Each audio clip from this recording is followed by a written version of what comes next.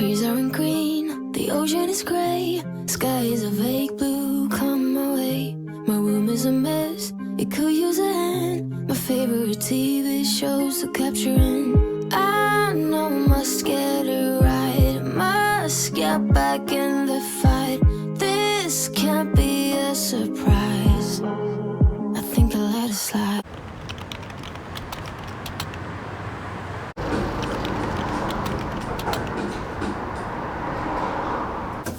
我现在要来你今天的旅馆，房间是411，然后它现在就有3张床，然后它有附这个拖鞋，还有这个是它的睡衣，然后它这边有一个有点像这个小客厅的地方，所以这小客厅，然后你可以看电视，然后它这里有附这个衣架。等看起来它其实是在这个大马路旁边，它其实我觉得是很 OK 的。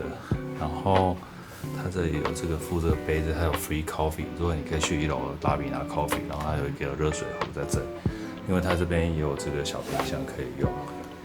然后这是它的应该是加湿器跟除湿机，还有一个穿衣巾在这里。好，这边是浴室。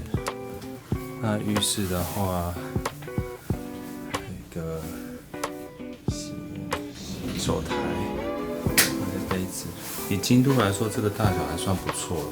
有一个厕所在这里面，然后它也是它的干湿分离是在这边的。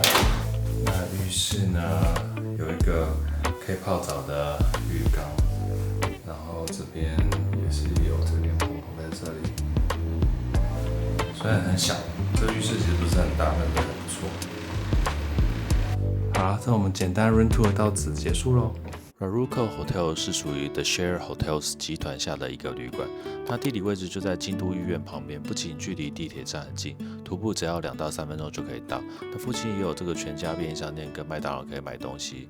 那旅馆本身有餐厅可以用餐，开放的时间是早餐从上午7点到11点，咖啡店跟简餐则是11点到晚上10点。而旅馆的厨房也可以让旅客使用微波炉冰箱做一些简单的轻食，算是一个相当方便的地方。那除了刚才提到的公共区域之外，旅馆还有很漂亮的 guest lounge， 也有洗衣房，里面有投币式的洗衣机跟烘衣机。那洗衣机一次是400日元，烘衣服是100日元。除此之外，旅馆也提供脚踏车给旅客使用，方便大家骑车到附近的景点观光，算是非常贴心的一个服务。而旅馆的房型总共有8种，分别适合不同人数的团体预约。我们住的是高级4人房，空间算是比较宽敞一点，旁边刚好又是面对后面的巷子，所以非常的安静。好了，那么这就是今天影片的所有内容。我们很喜欢这间位于京都的3星级旅馆，在这里诚心的推荐给大家。那我们就下次见喽，拜拜。I see you struggle like butterflies in water.